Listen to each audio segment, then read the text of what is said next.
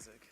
Okay, good afternoon. It's good to see everybody. I'm honored to have a chance to ask a few questions to some of the hottest startups in the mobile space right now. Suhail from Mixpanel, one of the hottest analytics companies.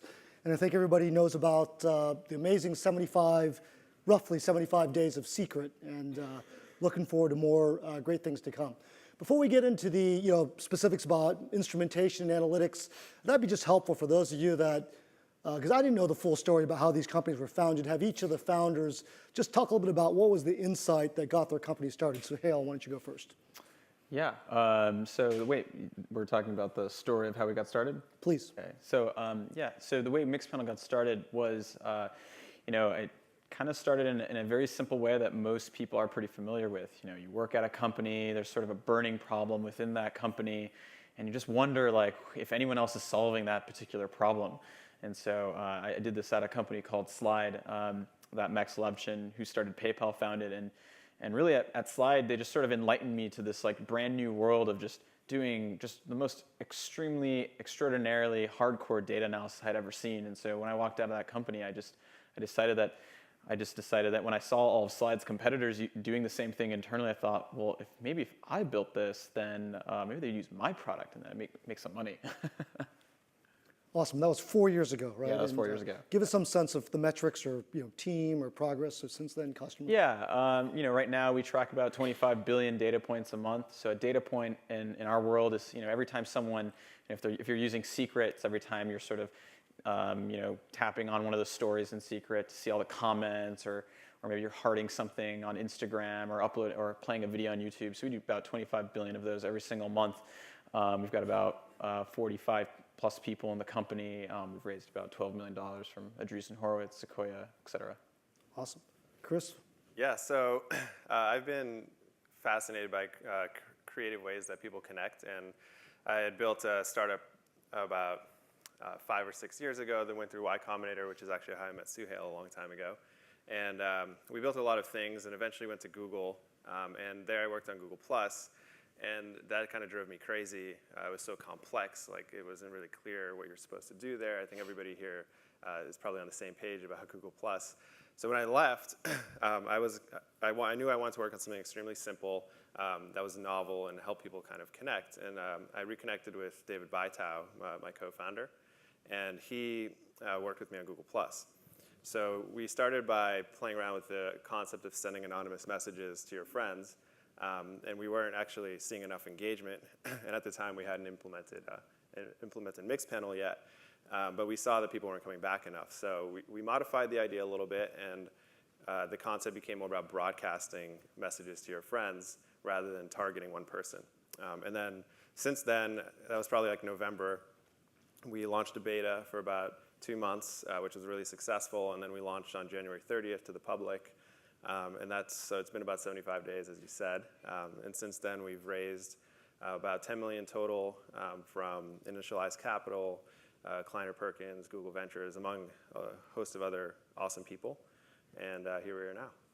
Can you, I think a lot of people are obviously fascinated with what you guys have built and the momentum, the virality to date.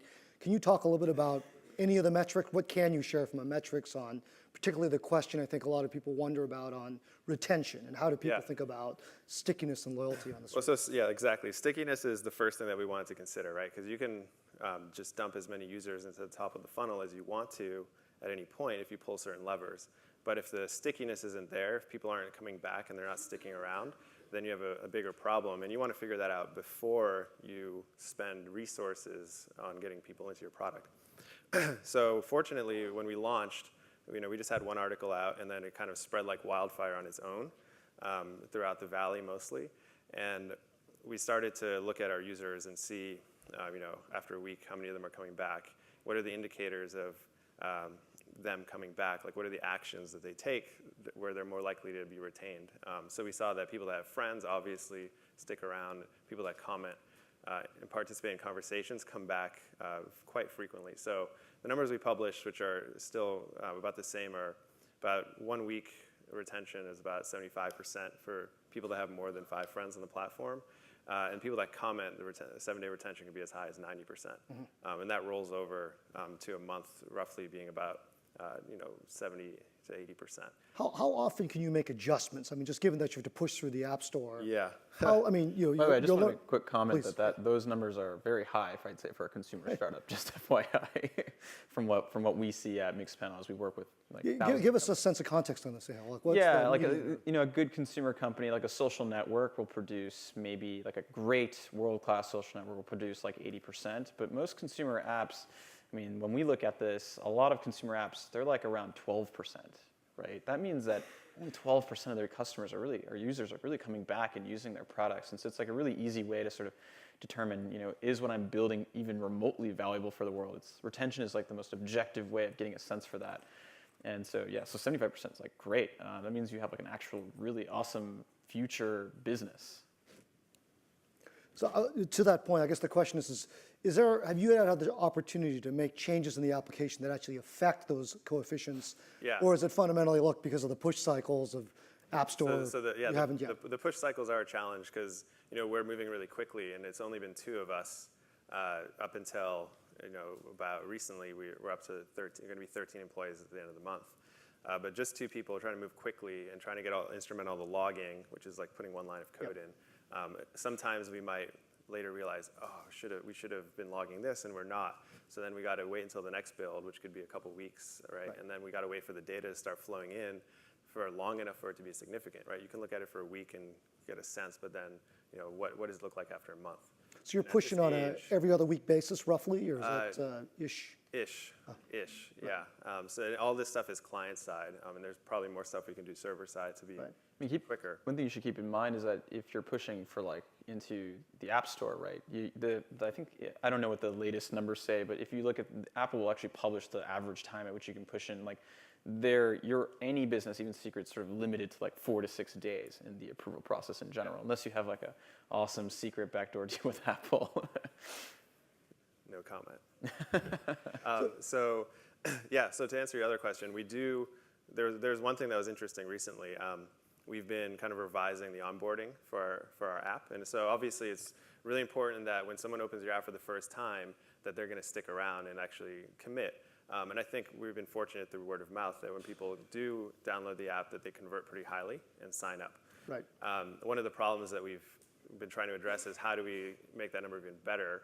And I think right now it's about like 87% of people that download convert, and we want to get that as obviously high as close to 100%. So we remove the requirement for phone number when you sign up. So basically, we recommend it, but we don't require it.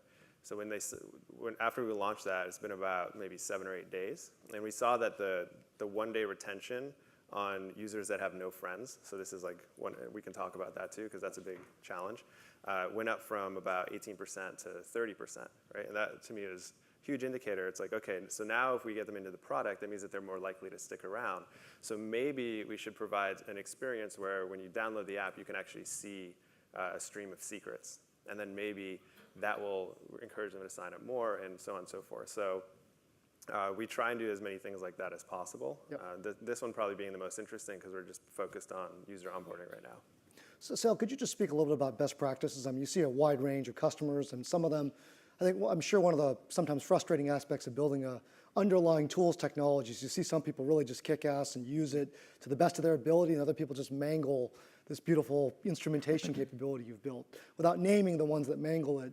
Who uses it? What are the practices you see, the disciplines of people that use it well or not? Yeah, well, you know the ones that are not doing well because the quality of those products, there's an amazing correlation between the quality of of a given product and in the ultimate adoption of that product. Like it's very, very clear to us when we go out and see a company that goes out and really thinks through the sort of the detail and the fine grainedness of whatever their products look like. And so Secret's a great example of that, right? Path's a great example of that. And so what we often see are companies that, a best practice is ship something that is of high quality so you at least have a fighting chance. The second thing is just having very clear messaging. So Chrys kind of alluded to this in Secret, but we've seen other companies do it. Venmo does this thing too, where they kind of A/B tested sort of, if a user installs my app, what's the first thing that I show them to get them to understand what my product is? And so Chrys was kind of alluding to the fact that, maybe as soon as you open up Secret, you're starting to see some secrets to get a sense of what it looks like so that you ultimately sign up. You'd be surprised that a lot of people just don't do a great job of that. A lot of people just, you sign up, you open up the app, and the first thing they make you do is like sign up, and you're like, I don't even know what I'm signing up for. Like I got shared this link in a text message, and now I'm downloading the app. And so, Venmo does this great thing where they sort of show you this like feed of people buying and transferring money to their friends, and they're sort of telling you exactly the items that they're buying with their friends. And so we're sort of seeing like a great trend like that on mobile because you don't have a lot of space on mobile to just position exactly what you do. So that's like one simple example just to get people onboarded, to even get them to the step that you'd be able to retain them. Yeah, and then there's plenty of apps that have way too many steps, which is where like, funnel analysis is really useful to see when a user comes in, here's the 3 things they need to do to get to a good state, right? And you can kind of see the drop off at each step and how long they stay at each step. And that's been really helpful for us to understand people that are signing up and where they're running into errors or anything like that. And that helps us fix and make optimizations. Actually, we had an error where people that didn't have an American phone number couldn't sign up. And obviously, we didn't test that. So we saw this error coming through on Mixpanel, and there was obviously a big drop-off, which is we fixed that, and we removed the requirement for phone number, and we saw like that part of the funnel just pick up a lot. So I guess interesting question. I mean, look, you started some years at Google, which is famously analytical in its approach to pretty much designing everything. Suhail, you run an analytics company. I guess the question is to what degree, when you think about these new consumer experiences, how much of it has to be intuition versus staring at the coefficients and the funnels? Yeah. And how do you think about the blend of sort of the science and art of designing? I have an services? opinion. Yeah, go ahead. First. We were just expert. joking about this when we came here. I was like, they're definitely going to ask me this question. So I think that there's a difference between being data-driven and being data informed, right? And Secret is more data-informed. And that's because we like to leave room for intuition and gut to make the first kind of stab at something. And then we use the data to refine, optimize, and let us know whether what we're doing is working. But at a company like at Google+, we had all these dashboards, right? And they were just so focused on that number of like daily actives and like all the things that happened went into that number. But I was like, what about engagement? How many people are actually coming and doing these other things? Like, is the whole product working? And that wasn't a question that they did a good job of answering. So I think it's really important to listen to your gut and not just like solely focus 100% on data, because you can end up going down the wrong path for your product. Awesome. I'm going to take questions from the audience in a second, but Suhail, could I ask you to answer this? Yeah, sure. So I think there's 2 ways. There's kind of like one simple way of looking at it, right? I think that like people, if you can be extraordinarily data-driven, and what may happen is that your business or your product will like get trapped in this sort of local maxima when there's like this great global maxima that you could probably attain. And so I think you can think of this like curve as like, it starts off with one big peak and there's like a huge peak, and then there's like maybe a different smaller peak below that. And so you may find this like great local maxima where you think you perfectly did it, but then someone will eventually find that global maxima. It'd probably be someone like Secret or Jelly or something that will just massively disrupt someone else's business. And so I think that it's a blend. And I think what you do with data is you have an idea in the world, and you go and pursue that idea, and you go try to pursue it either full force or gradually, right? You try to do this quick little test, and then what you do is you try to use data as a means of determining whether you were right or you were wrong. Like data can tell you whether you're right or wrong, and to what degree you were right or you were wrong. And I think that's the most important thing, is that you allow yourself to build an organization that allows for experimentation, that allows for creativity, that allows for testing. And certain organizations can allow for aggressive testing, where it might take a long time to produce that project, or very small amounts of it. But I think that data can help you. By doing those tests, you get out of that sort of local maxima. As long as you can do those experiments and run them pretty quickly, data can inform you, just the way Chrys said, to find that great global maxima. Any questions from the audience? Yes, please. So in Secret, when you register, it says, I won't sell your email address for even $1 billion. That's right. I wrote that. So is that really true when your company is sold? $1.1 billion. I mean, it really comes down to a question of trust between you and this company that you know nothing about. Right. Well, how do you deal with that? Well, specifically, just to be clear, like we all the stuff that gets funneled into Mixpanel, we do not pass any kind of user data. We have an obfuscated ID that we use. In terms of user data in general, like we're very clear in our privacy policy. Now, granted, I wrote that when it was just 2 of us at 6 a.m. and we had no idea that this app would be anything interesting. At that point, like we'll cross that bridge. But yeah, so our user data is like very, very sensitive to us, right? So if we get, I think you're asking if we get acquired, like what would happen? Yeah, TBD. Do you plan to go public? As soon as possible. Other questions? In the back there.